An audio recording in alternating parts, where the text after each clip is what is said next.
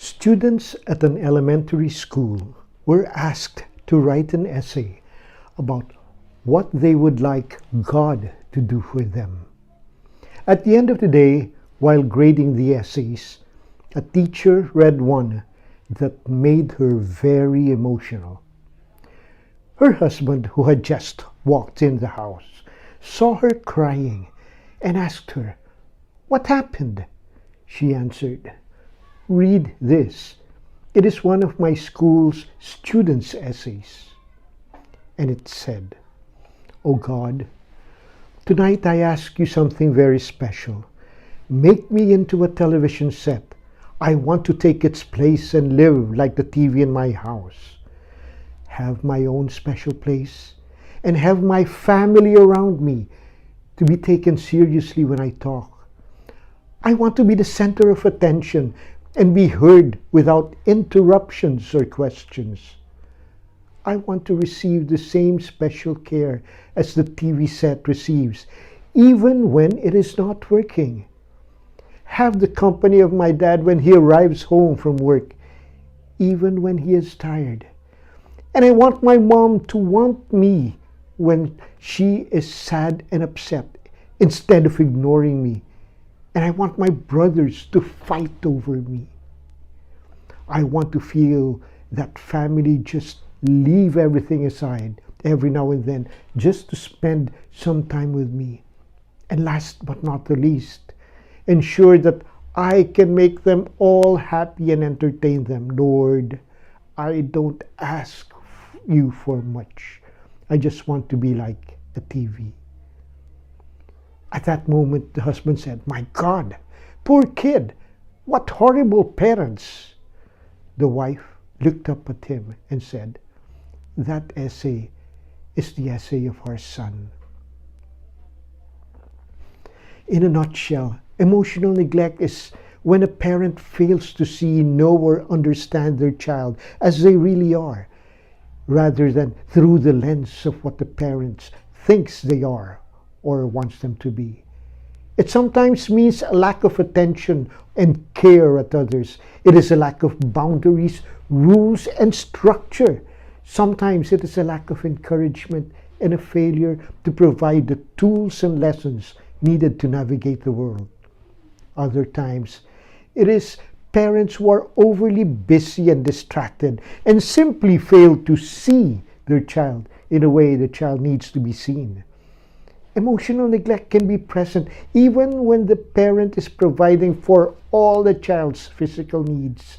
It can be present in otherwise loving, caring, and well-meaning parents.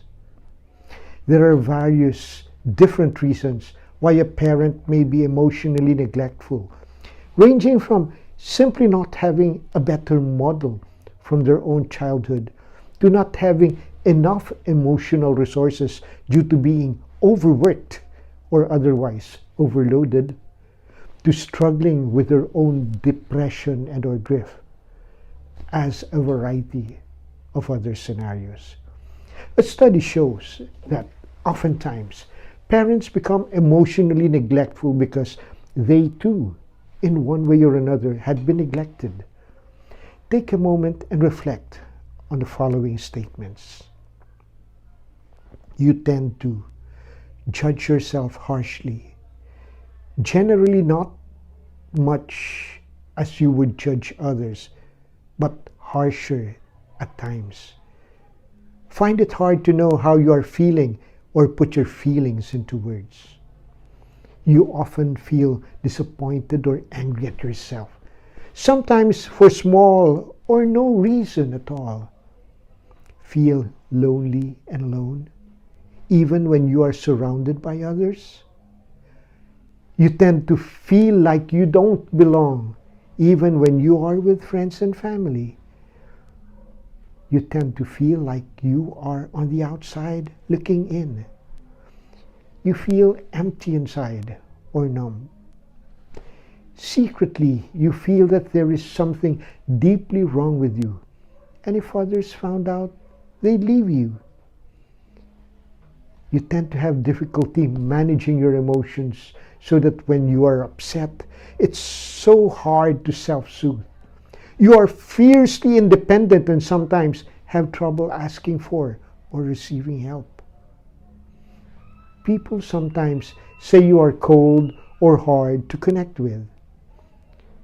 You often feel sad, unhappy, or blue, but are unable to discern why you are feeling this way.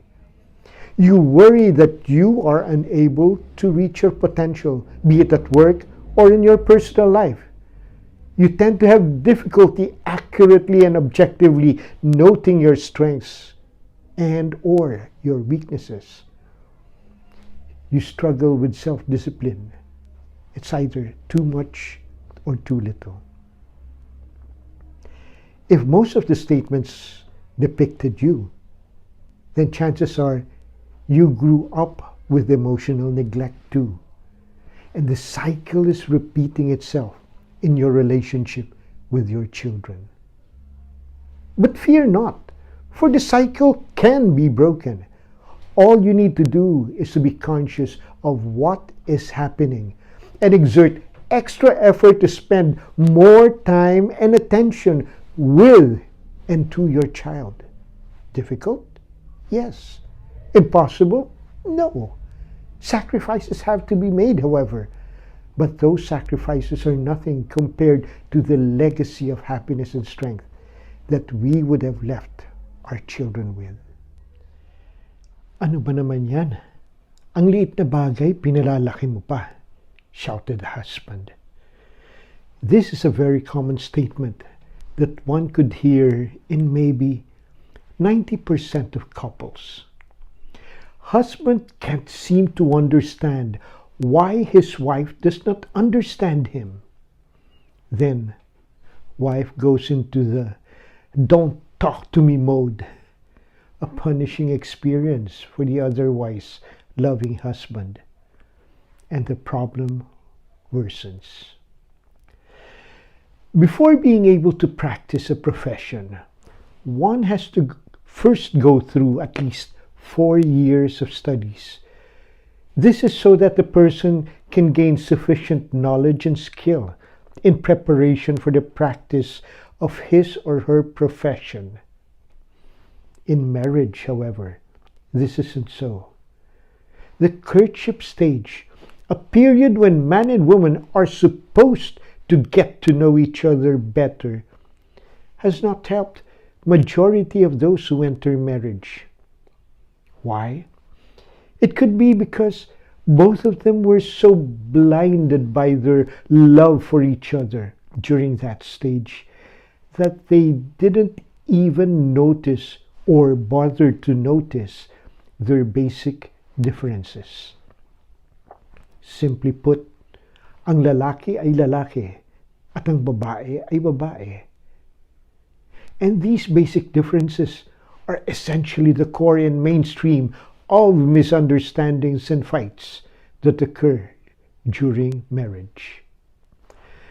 Mr. Gary Smalley, in his book entitled If Only He Knew, describes 4 basic differences that oftentimes cause troubles in marriage: mental and emotional differences, physical differences, sexual differences, intuitive differences.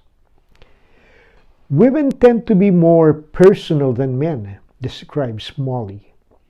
Women work on relationships with others, while men are more preoccupied with the practicalities and logical attainment of their goals, oftentimes without the feelings.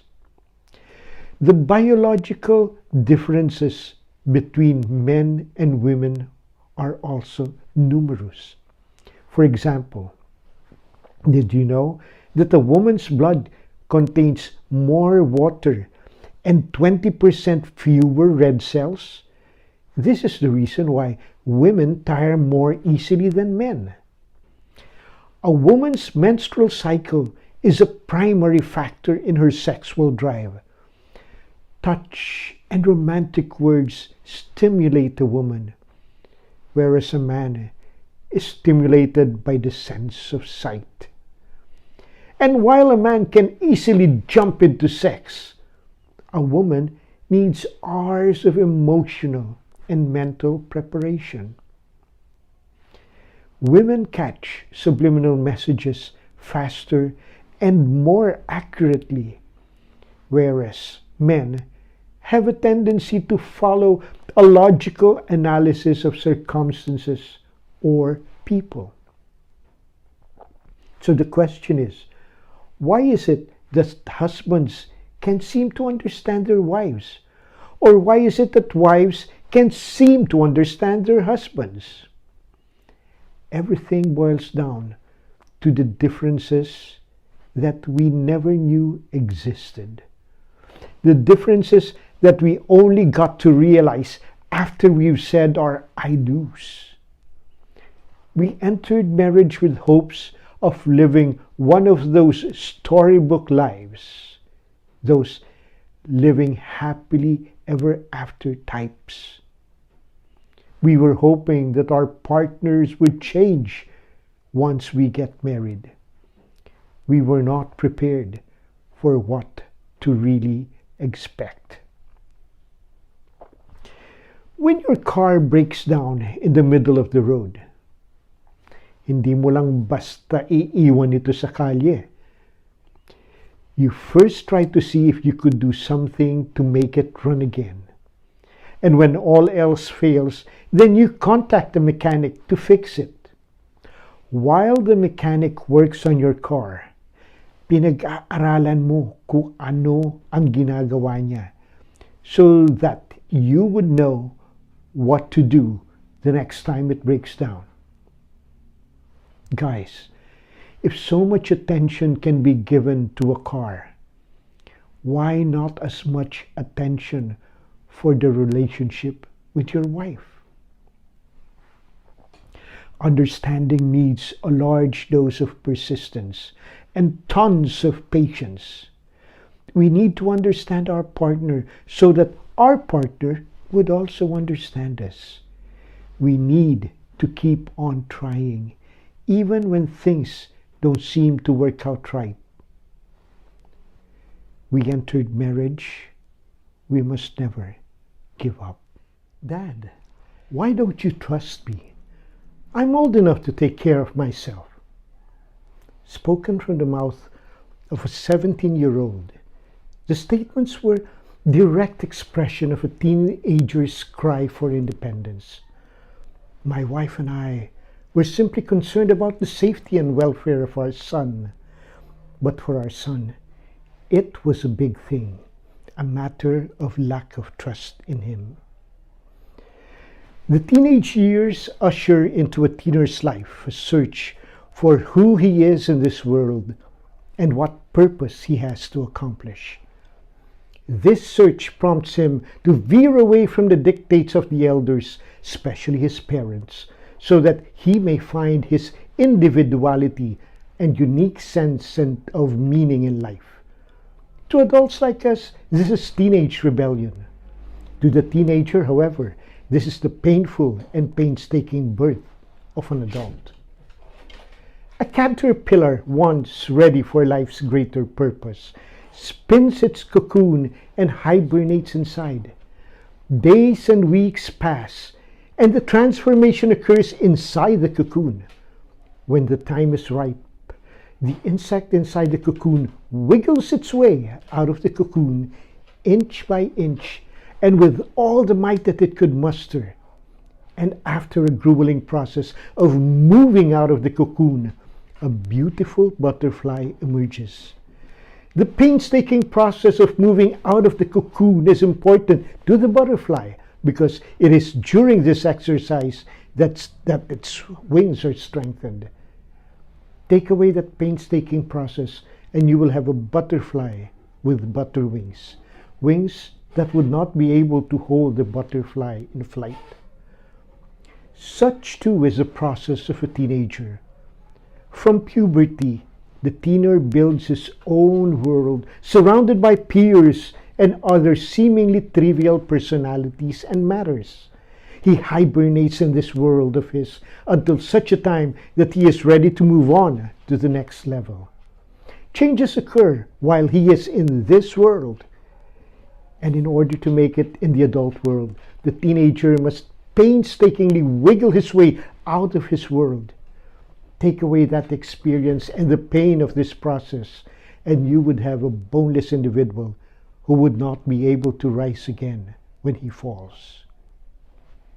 Yes, as parents, we want to shield our child from the pains of growing up. That is a natural paternal and maternal instinct. But we must not forget that it is these pains that would give our child the strength to take on greater challenges and problems in the future. He must undergo them if he is to be ready to move into the adult world. Will we deprive him of this natural process? Will making the transition be easier for him? And will it really help him? If the example of the caterpillar is to be our basis, then definitely we shall be doing a grave injustice to our child. If we love him, we will allow him to prepare himself for the future. Like the caterpillar, he has to go through the painful process of transformation.